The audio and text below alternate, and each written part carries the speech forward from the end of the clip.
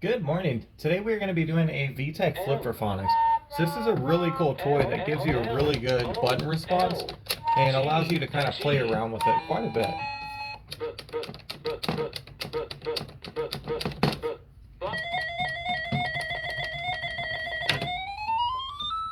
So as you can see, this has a really unique shape to it. It actually opens up, and then on the back here it has braille. So it's a very unique toy, and it has some really cool sounds to it. So I did one of these a while ago. So what we're going to try to do is we're going to try to up that a bit. And the first thing we're going to be doing, as we do with most instruments, is we are going to be opening this up.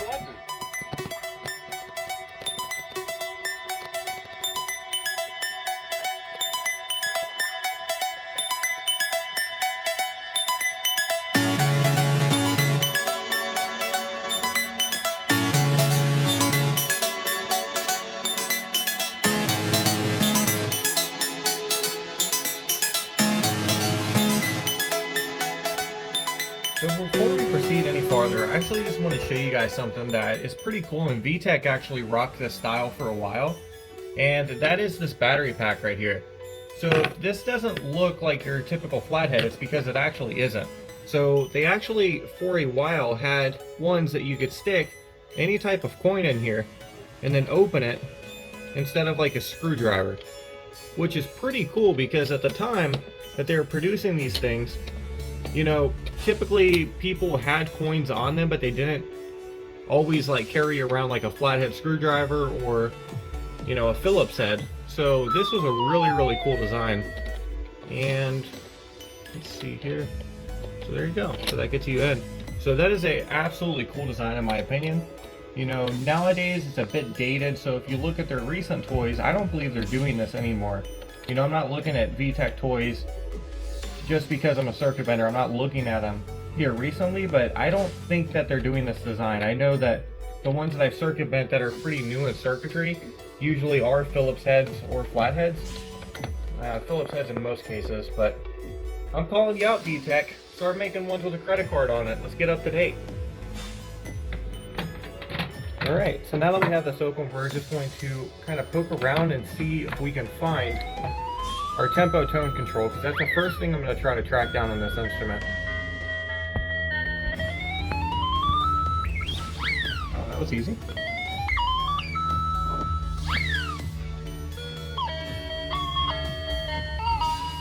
Press a button.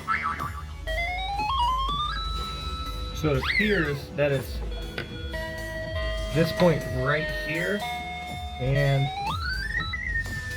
looks like right there, which doesn't make sense to me. This would make more sense if it was those 2 points. So I'm just going to go ahead and poke those two. And that's what it seems. So I'm going to go ahead and pop this out because I want to see where this resistor is. Just so we're tagging onto the resistor, we're not tagging onto 2 points that are just reacting. Let's go ahead and pop this out real quick.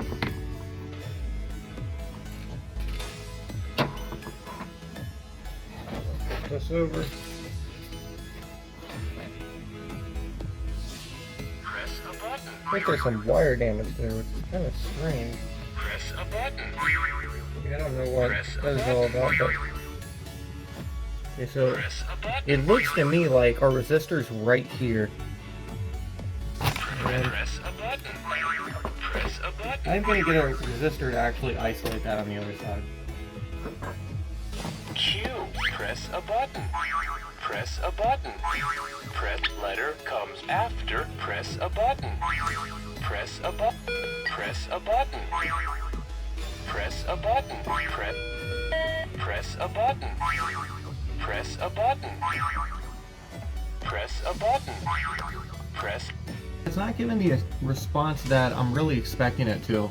And it seems to be glitching out, so I'm thinking that that resistor is just a little too light for the load that this is actually pushing. So we're going to go ahead and try to tag onto this right here, and then on this side. I could just get one of these to connect, which it doesn't look like I can. So what I'm going to do here is I'm actually going to take some solder. I'm just going to break 2 pieces off of it.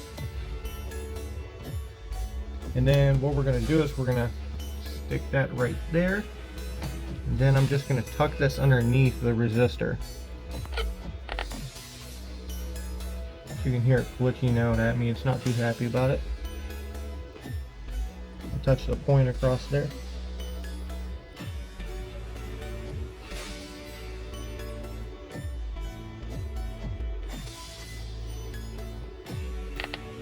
It would almost just be easier to go ahead and like solder onto these points. I think that's what I'm gonna do, because if you can see, I keep touching the points to each other, and I'm trying to latch onto this and then this. So that's R10 right there, and it's very, very hard with the circuit board here. And obviously, we're not going to be removing the circuit board. So what I'm going to do is I'm going to go ahead and solder onto each side of this, and then just kind of see where we go from there.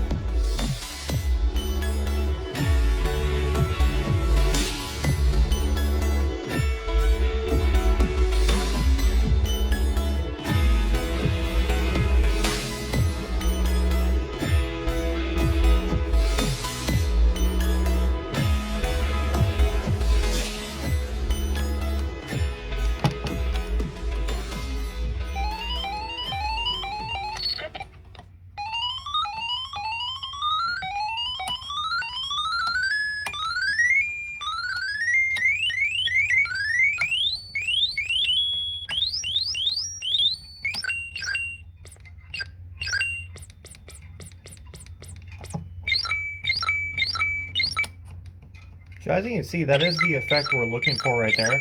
At 40K, it does crash the instrument.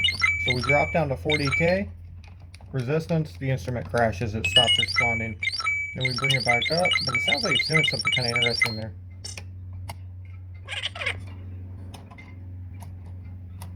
So it looks like that's a randomized glitch, but still seems to be hard enough on the instrument that it stops responding to the buttons.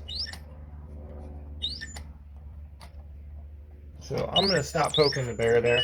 We're going to go ahead and go with 100K if we can find one, or something very close to it.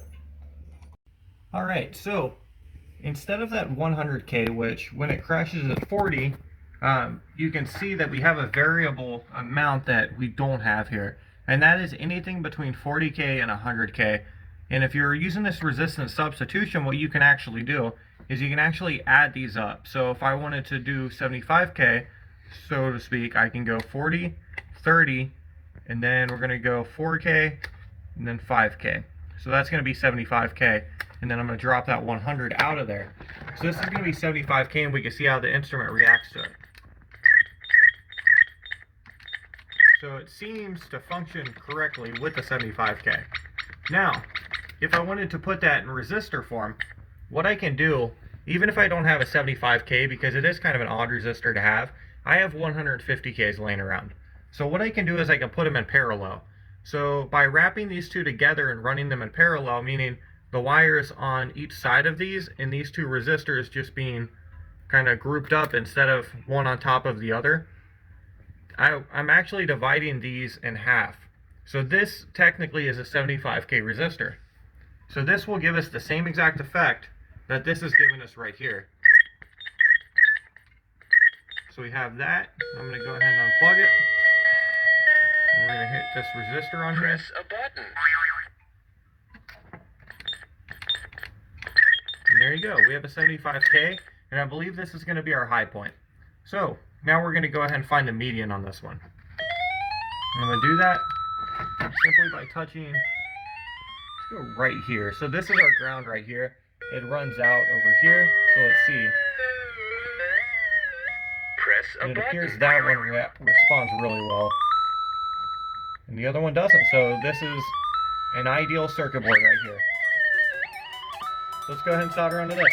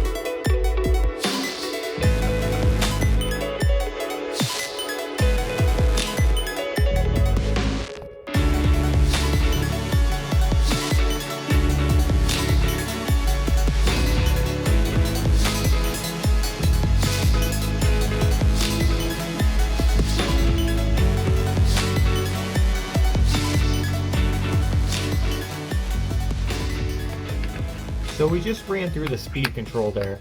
And if you were a little lost on that or you need a deeper explanation, I'd recommend checking out one of my earlier videos called Back to the Basics. And that kind of goes over the whole tempo tone control and how to get into it, and overall just how to find it. So it's a very good video for that. This one is going to be a little more in-depth with some other types of bends. By now, I've done the tempo tone control quite a few times. So if you were kind of lost on this, definitely check out the Back to the Basics video, which I'll go ahead and card right here. For that, we are going to go ahead and continue on, and we're going to pro sound this and make this just a normal circuit of an instrument just for the time being. So now our tempo tone control is all set up with us. So we're just going to go ahead and test that out real quick.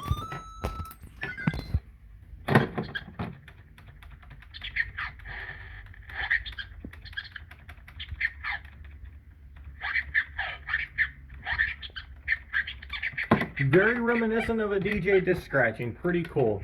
And I was actually looking back at my older video, and I realized that this instrument has some really funny features to it that I had forgotten all about.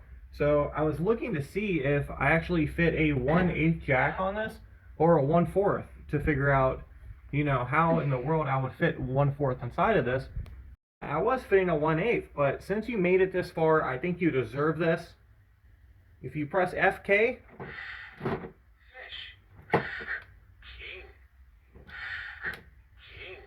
and maybe so there are some really funny features on this instrument, and it's great to see instruments like this because newer instruments obviously don't let you do this. They'll be along more of the lines of this.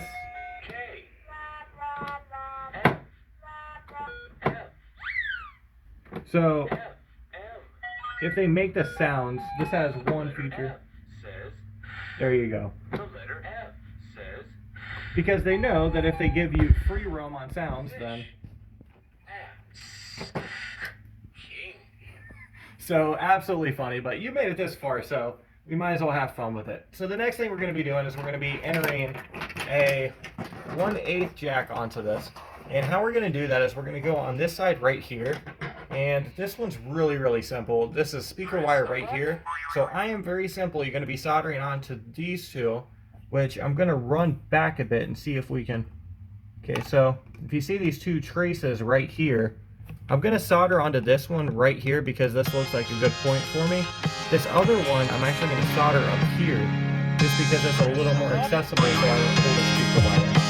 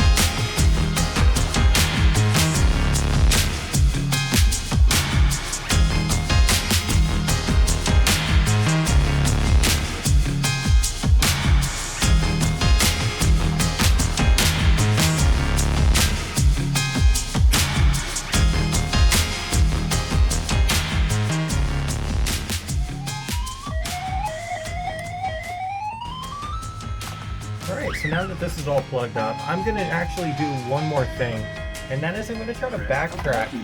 I'm going to pull one of these off, and I'm actually going to try to backtrace back through the resistors, and then just see if there's any way we can pro sound this or get any really interesting effects, just for fun. I'm just going to go ahead and see if we can do that.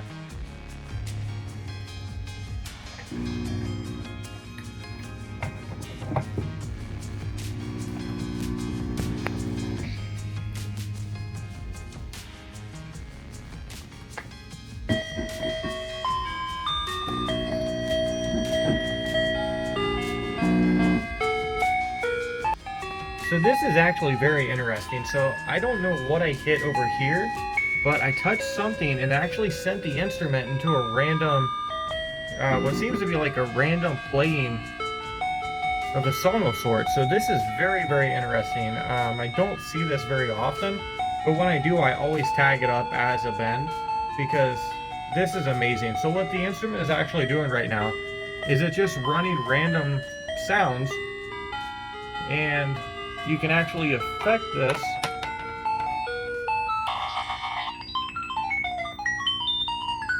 with the tempo tone control. So it's much like the Pikachu that I use all the time.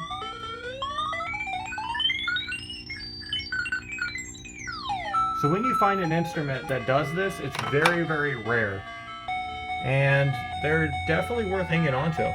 So the fact that this has it and I didn't find it before, at least I don't remember it ever doing this. And then viewing back on the video, I don't see that I ever found this. So this is very interesting, and this was found by accident. But it was over here somewhere. I had touched to it, which I'm just going to go ahead and proceed with the Pro Sound for now.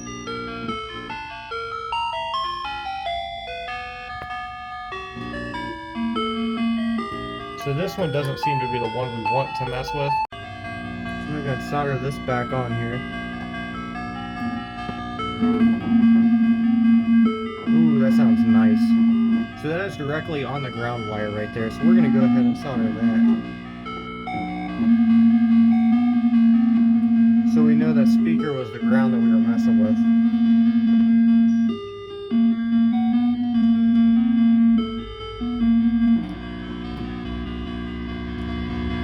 Alright, I'm going to set this down for a second.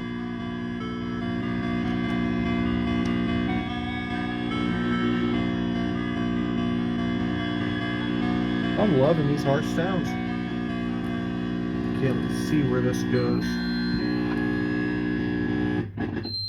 So that's our Pro Sound right there. And I need to pull this up to figure out how this board's running. So it looks like it may not have that option to go farther back on the board because this is a transistor. Queen. Queen. So it is giving us different feedback. Queen. So you can see there's no feedback there. Whereas if we go on the other side of the transistor, so pre-transistor, Queen. it's kind of like a humming and clicking effect. Queen. So nothing there, which I don't exactly know where that would be running out to. Queen.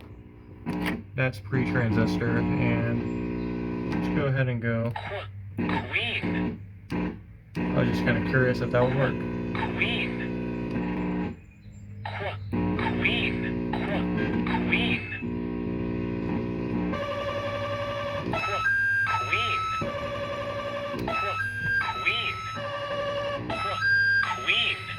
So that's kind of what I was looking for right there, is you can actually run a sound out using different inputs and then get different effects off of it. So let's see if there is some interesting stuff here, if it's just that processing. Good girl. Queen. Nut. Ox. Ox. Panda. Yard.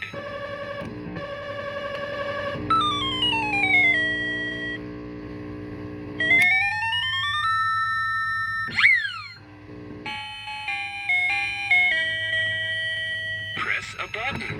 So that's pretty cool. I think we're going to go ahead and tag that up just as an extra additional Pro Sound, just for fun.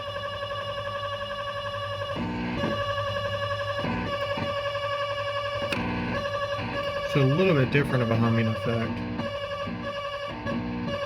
Press a button.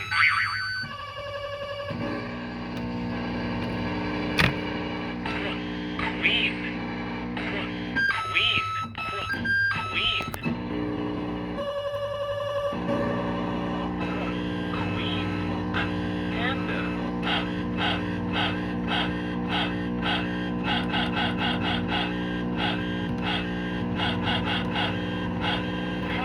cool. Let's go ahead and tag these up.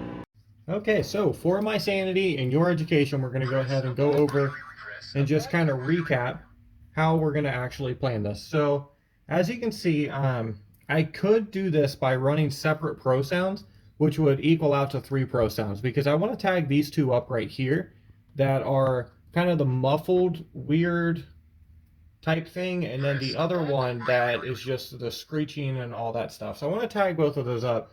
But for this, I'm actually going to use the same pro sound.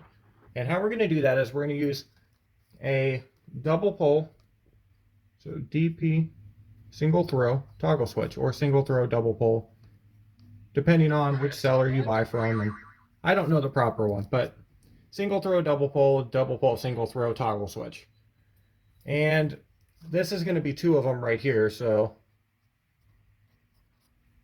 we're going to have 2 of these. And what I'm going to do is I'm going to run both of these points right here out on each side of a double throw single pole toggle switch, and then I'm going to run our normal pro sound out on one side of this.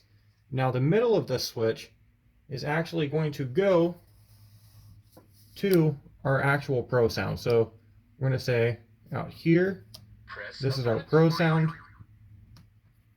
a very horrible looking pro sound, maybe that, and then we'll put that, and yeah, okay, so now it looks a little bit better. And then we have our other side, which is going to go to the ground, which we don't need to worry about. We just need to worry about this point right here. So then our other one on this one right here is going to go into the middle of this. So what we have here is we have these points going here, and this switch affects which point is going to be fed to this wire. So these 2 are the ones that are going to be processing all the time, feeding information to this switch. Now this switch is going to moderate between these 2. This is going to moderate between our normal pro sound and what this signal is feeding through. So if we flip the switch, it's going to be on our pro sound. If we flip the switch the other way, it's going to go to whatever information this one is feeding to, and this one's going to moderate between these 2 and do the same thing just on these 2 points. And then all our information is going to be sent out to this. So I'm hoping that makes a little bit of sense. For my sanity, it's always great to actually like map these out for paper, just so I know what I'm doing. But from there, we are going to go ahead and nail this down.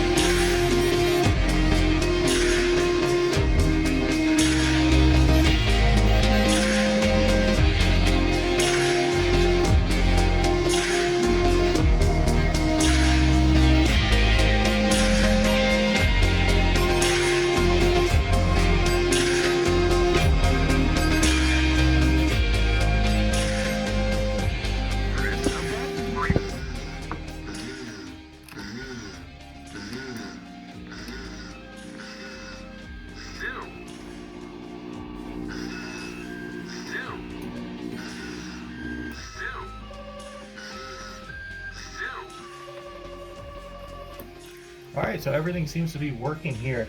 And I just want to show you something cool, and you'll have to excuse the mess on my back porch right now. I've got the plants getting used to the sun, but we have a visitor. So we actually feed this guy on occasion, and handy enough, he actually eats birdseed, which birds do too, but he eats birdseed, and I don't really mind him. He doesn't really tear anything up. For a while, we actually had our bird feeder hanging up on the porch, and he would climb up onto the railing and then start slamming the bird feeder to get the seed out of it. But absolutely adorable.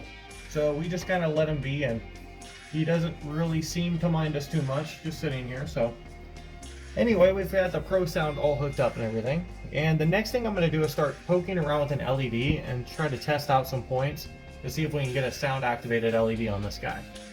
So our normal sound output isn't actually giving us an LED option. So what I'm doing is I'm backing up a bit. I'm actually feeding off a different point, and this one has a low static to it, and then when you press the button it kind of jumps a bit, which just may not be it. Maybe I went off this one. I think this is it. Okay, there we go. So you can see it kind of jumps a bit when you press it. But the thing to check when you do something like this is just to make sure all the functions are working. And on this, it seems like all of them are. I'm going to go ahead and solder it on there and then check everything and go through all the buttons just to make sure it is working. But this seems to be a good option for our LED.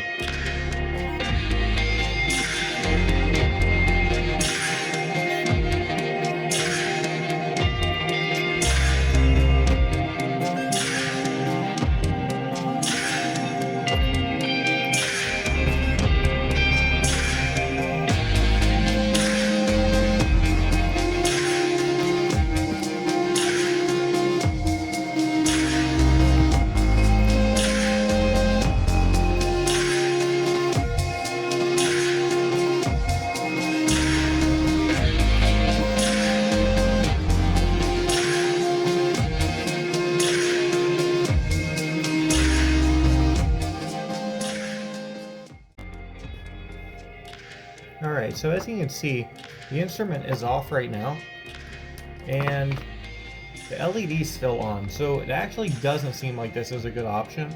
What I'm going to do is I'm going to test a little bit more points. Now that we know this would work right here, I'm going to go ahead and desolder one of those, and then I'm just going to poke around a bit and see if I can find a alternative to that.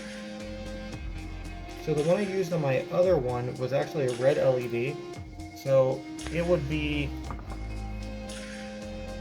a little lower in voltage, but I really like the blue LED, so I'm gonna hope I can find one that's gonna be on and at the same time support the blue LED. So what I'm doing here is I'm just testing if it's on, because the LED comes on. I'm flipping the instrument off and seeing if it actually goes off with the instrument.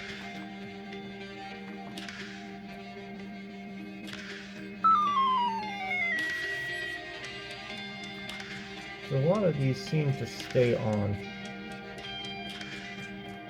So I'm going to go around and play around with it a bit, see what I can find. So I messed around with this blue LED for a while, and it just seems like this LED is not happening as far as functioning the way I want it to. It's either on when the instrument's off or it doesn't come on at all. But I did, however, go ahead and swap it out with a red LED, and this red LED works great. So you can see it's off, and it is still off. Let me switch it around. Press a button. Queen.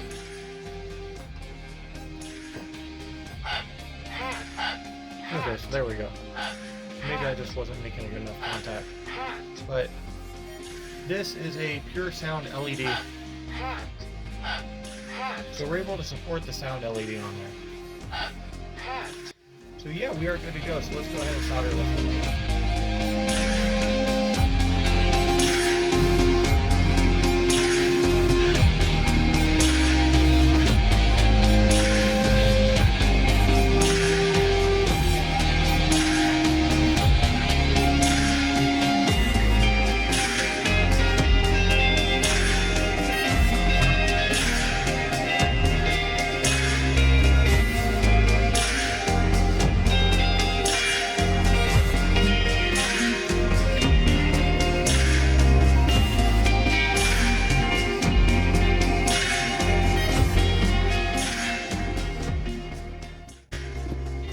So if you've been a follower of the channel for a while, you'll know I am a huge fan of RGB LEDs.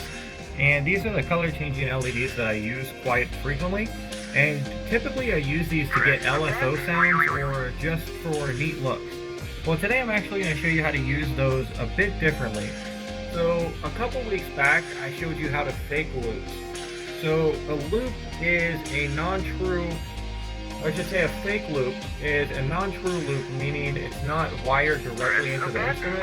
You're actually using a component to make it look like a loop is present inside the instrument when really the capacitor is just discharging and making the instrument think somebody's hitting the button.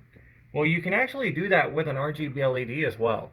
And what's pretty cool about these is on specific instruments, they'll be multi-directional. So if I flip this over, it'll actually give me a totally different looping effect than if I were to run it like this. Now, it's not going to be a different loop, so to speak. What it's going to be is it's going to be slower than the other one or faster than the other one, depending on which direction you put it on. So I'm going to go ahead and tag this onto the ground here, and then I'm just going to grab onto this button right here. Press a skip.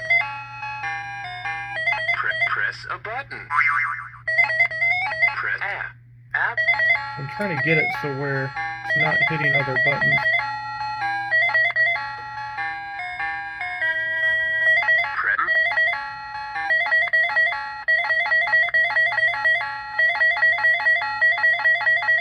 Okay, so there's our loop right there.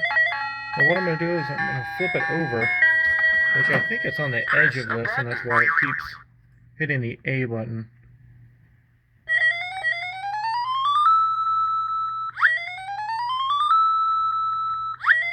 So that's a really slow loop. And then I'm going to flip it over and try that other one just one more time. Okay, so there you go. It's a pretty erratic loop. It's really fast. But what I can do is I can actually tag both of these up. And I can do that with pretty much any of the touch points. So I'm going to assume, I didn't look on the other side of the board, but I'm going to assume this one's a loop too. Oh, that was a loop to turn it off. Great. So we're going to go ahead and turn this back on.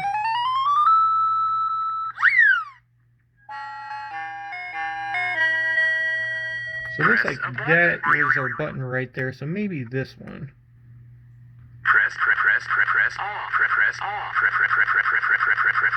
So there we go. So there's a good one. And press a button.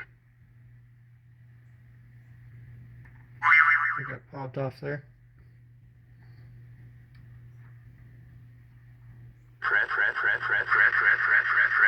There we go. Press a button.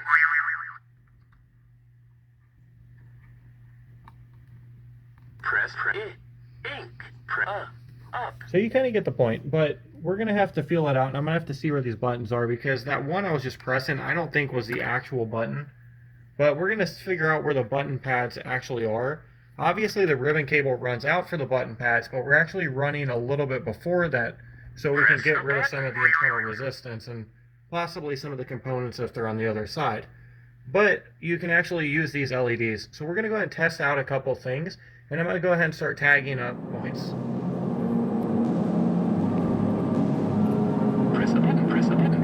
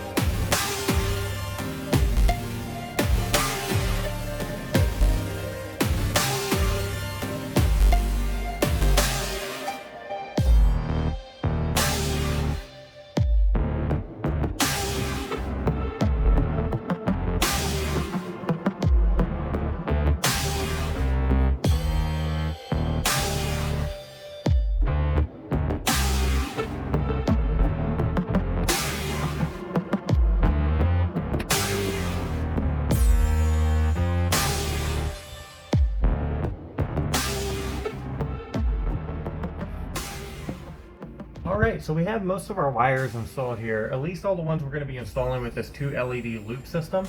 And what I have here is I have all of our LEDs soldered exactly where I had the markers on. I have one ground running out. Now the ground is latched on by both of these LEDs. These LEDs are run opposite of each other. So these are the color changing RGB LEDs, and they are ran so where one has its ground running to the instrument's ground, the other one has its positive running to the instrument's ground. Because as we figured out, that actually gives you a different looping style, different looping speed and effect. So we are going to be mounting these on the outside. Either that or I wouldn't have really worried about the tape too much. I would have just hot glued them in here. But we are going to be mounting these on the outside. And the reason being is because some of these effects you can actually hear. X-ray. It gives a really cool effect, but it's also luminescent for the LED. So we have really cool effect going on, but it's also lighting up the LED, which is really cool to see.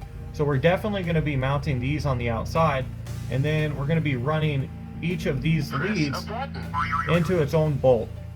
Now the bolts are going to be a way for us to actually use alligator clips to connect through the instrument. So it's almost as if we're taking these wires just bare like this and then touching them to whatever LED we want to touch to. It seems like they're touching right now, but the bolts are a way for us to actually run these leads outside of the instrument and have it still not be just bare wires.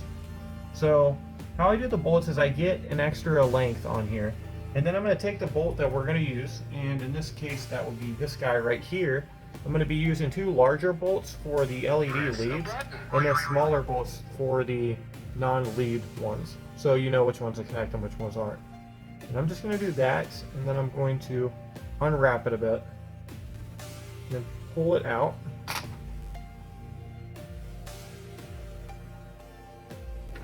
I'm going to take the screwdriver and run it through here and just try to get a little bit of extra length here. And then we are going to go ahead and drill out these so we can actually start mounting these wires.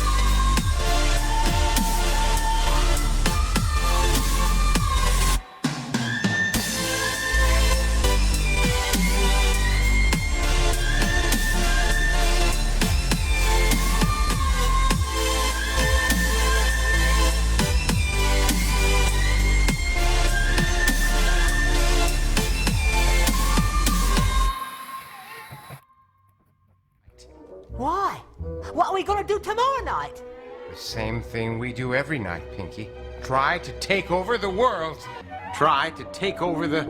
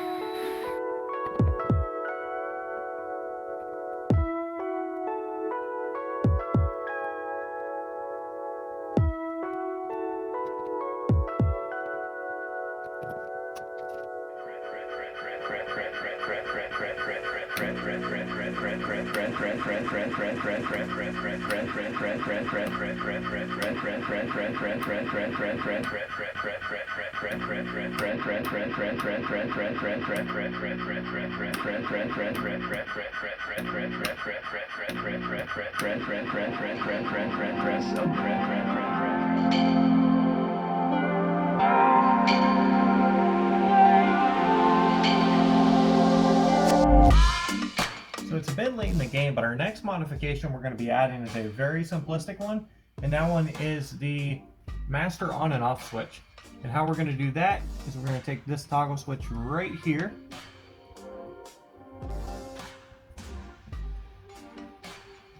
and then we are going to put it in the place where the original wire is.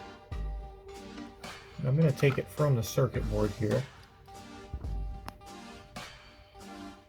We're going to solder this on.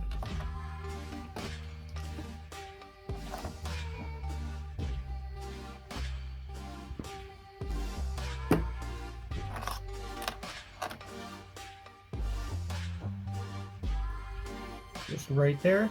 And then this wire is going to the other side of the toggle switch.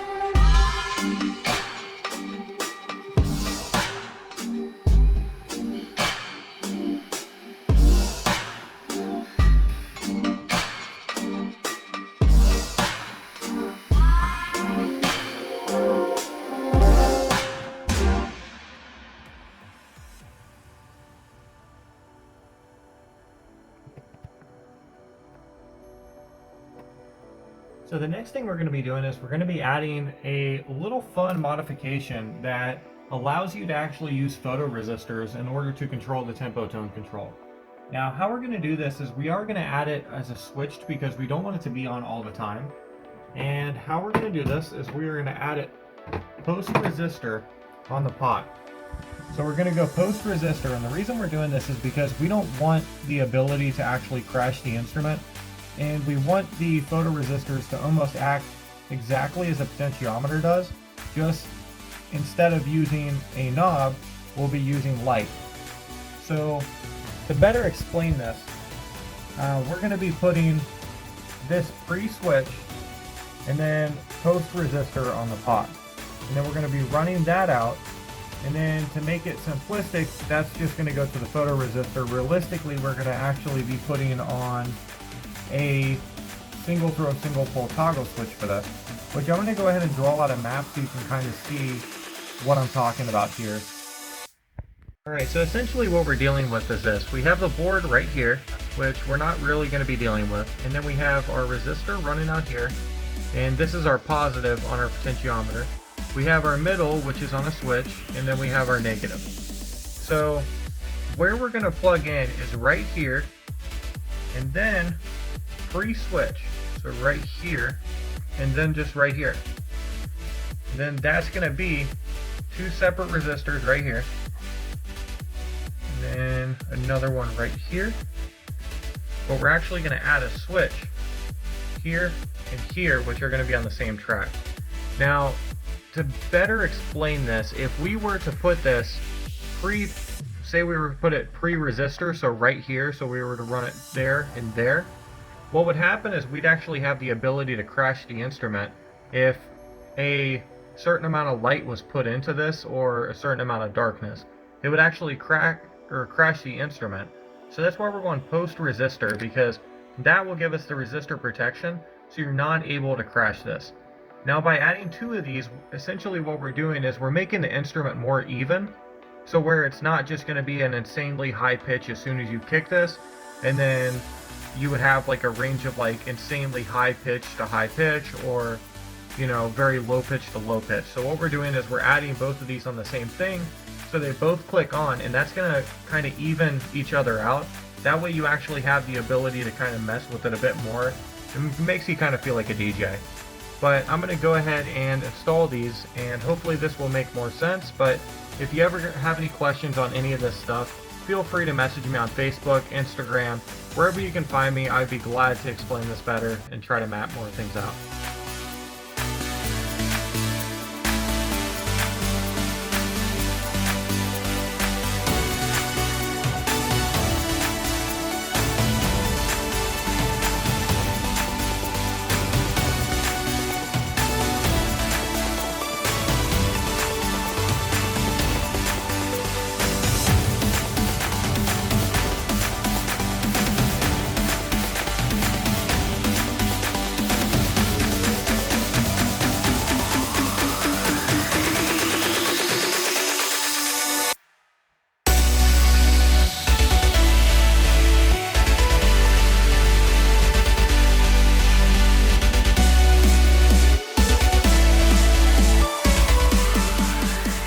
Now mounting these can be a bit tricky, and there's just about an infinite ways to actually mount these, but there's one way that I actually prefer, and that is almost what I call the incognito way. So they have holders and stuff for these, but I actually like to just go ahead and drill two tiny holes and then just have it sit flush with the, I shouldn't say flush, but have it sit directly on the instrument, because I feel as if it's like pretty incognito, and it's just kind of like a cool little feature with very minimal mounting. But how I like to do this, I like to go to the other side of the instrument and just get a eye view, because you see there are these two right here, and those are the two that's going to be dropping through the instrument in order for us to do this. So I'm just going to go right here, and I'm going to go really close to each other. So one right here, and then the other one is just going to be right there. So you're making almost what looks like a spider bite hole. So Reason I say spider bite hole is because they're just two tiny holes right next to each other, just like that. And then I'm going to take these guys, I'm going to go ahead and put them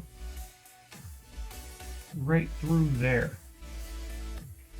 And we're going to bend these just to keep them in there so I can kind of show you this. And then if you flip it over, you see that's what I'm talking about right there. So now we're going to go ahead and do the other one real quick. I'm going to get a little bit farther away than that one.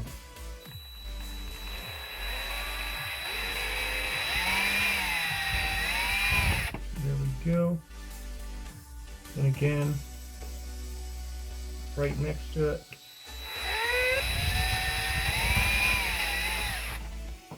Okay, should be good there.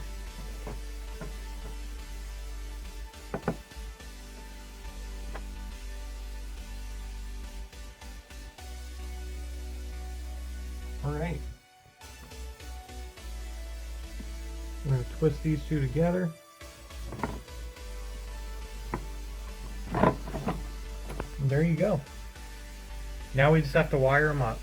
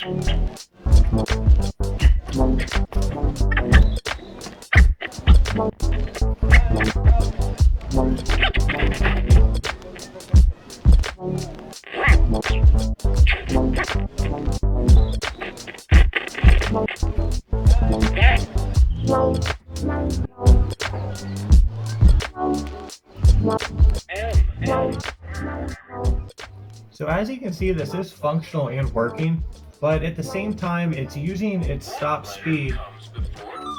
It's using its speed, like the average speed without my hand over it and stuff, as almost completely a dead stop.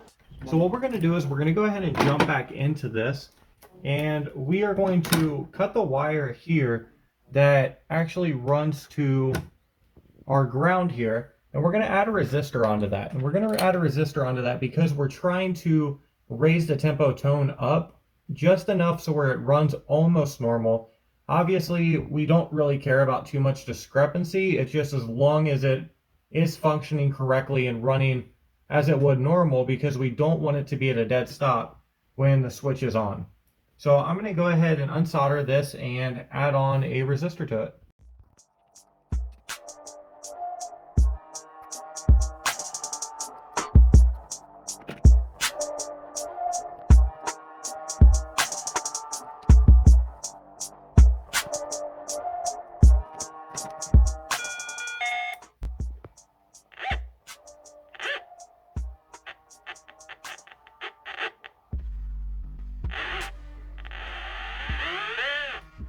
So as you can see, it's being a little bit more responsive, but it's still not where we really want it to be.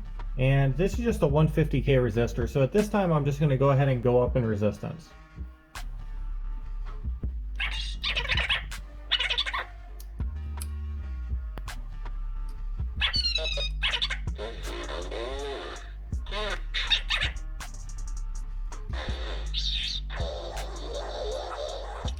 So I was able to find this resistor, and I don't quite know what type of resistor this is as far as ohms, but it's good enough. So when I was messing with some of the bigger resistors, it was actually giving me the effect of completely negating that resistor, the photoresistor out. And remember, we did install it, so we do want it to have some type of functionality. So I'm very comfortable with this being a bit lower than its normal range. So when this is plugged in, it drops a bit lower than its normal range, but we have a good functionality through that actual photoresistor, because we still want to be able to play with a photoresistor even, you know, even with everything plugged up. So I'm going to go ahead and wrap this in here. Yeah, we just want to keep it from crashing and actually going super, super low to the point where only one resistor is working. So as long as we can get functionality in both resistors, we are good to go. And this one tends to do the job.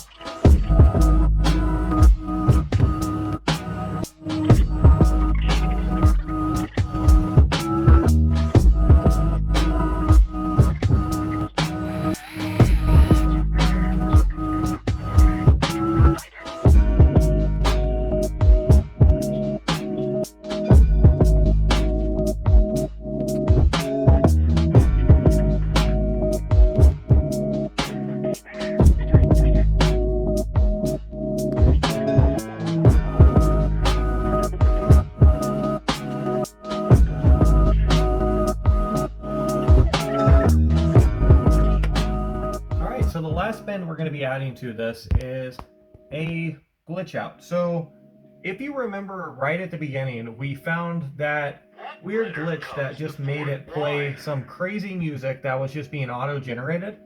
Yeah, so we are wrapping back around and we're going to try to isolate that glitch and get it to the point where we can just put it on a button and get it a pretty good amount of the time. Just from past experience, it's not going to happen every time, but we would like to get it somewhat accurately. So how I'm going to do this is I'm going to go ahead and go pre-resistor on this one, because we know it happened as almost like an overdrive, so it happened on our positive on our high pitch. And then I'm going to go ahead and go onto the other side of our toggle switch. So now this is the resistor in between it. So now let's go ahead and just do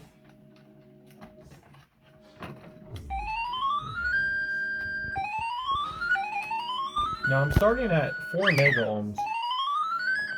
We're just going to drop down.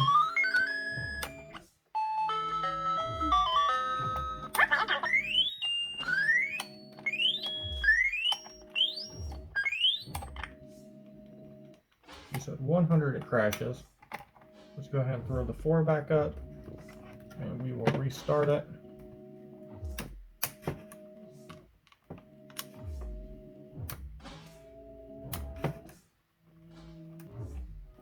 Seems to not want to restart right now.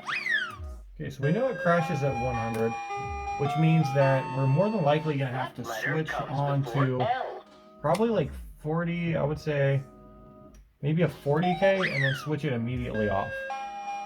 So let's go ahead and do that. What letter comes after F? J. J comes before the letter K. Try again. What letter comes? What letter comes? Job. A comes So you can hear it kind of glitchy B. now. We're not exactly getting it just yet. Let's go with 30K.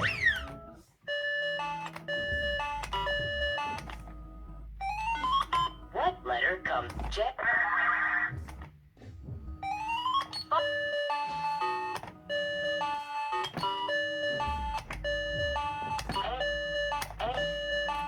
So it's getting there. We're going to drop it down to 20k. What letter comes before You can see it's kind of Q? glitching out when I'm not touching it.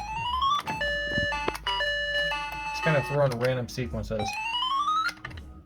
The letter K. Try again. What letter comes before what?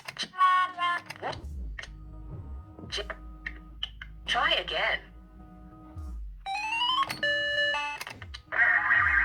J. What J? See, if we do it quickly, it can J cause comes before the letter instrument K. to kind of Try freak again. out without crashing, and What that's letter comes essentially what we're doing J? here. So we're going down The to letter 10k J. now. What letter? V. J. J. J. J. J. J. J. J.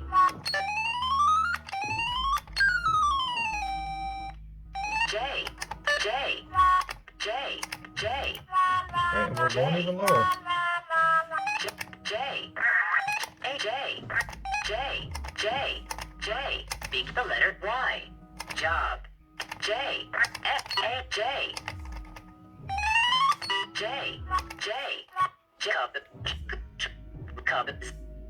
So this is kind of interesting what it's doing here, but we're still not getting it. So let's go ahead and go crazy. Let's go down to 1k. J. J. What letter? J. Okay, so it did crash at 1k, so we're going to go ahead and restart it.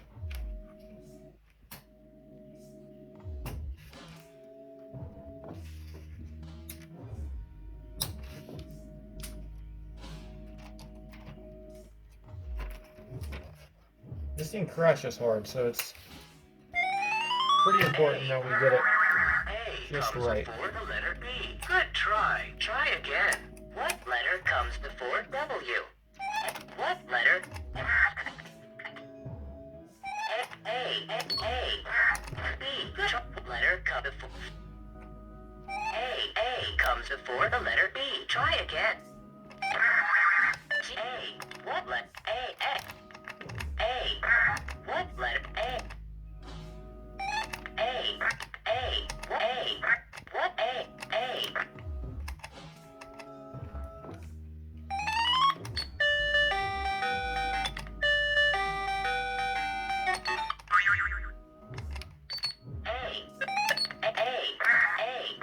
So it is weird. It's kind of acting like it doesn't want to. We're going to go no resistance just to see what happens.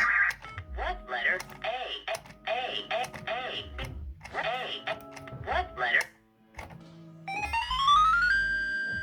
What letter comes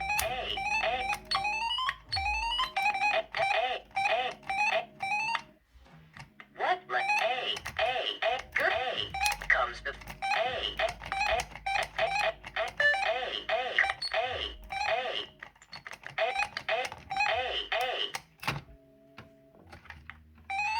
So at this point, I'm going to go ahead and mess around with it, and I'm going to try touching it to a different point and see what happens. But it doesn't seem to be getting that same effect. We are getting some crazy looping, just strange effects, but we're not getting the effect that we did. So I'm going to go ahead and mess around with it and touch it in some different points. Maybe rewatch some video and see if I can figure out where exactly that was. So I played around with it for a while, but I'm not actually being able to get it to go in that random glitch out mode. And it makes sense because the last one I wasn't able to do that as well. And I don't know, it was very random and it was very strange, but I did isolate the points that caused it, and it was the bare wire touching these two right here. So you can see it's doing some weird things.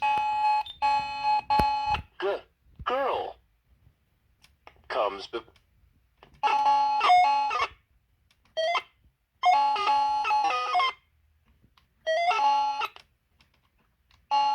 So it sends it in some strange loop outs and G-R. just overall strange things that it's... Oh, I thought we had it. You can see that R. it is kind of tilting it towards that, but it's just not switching into that mode.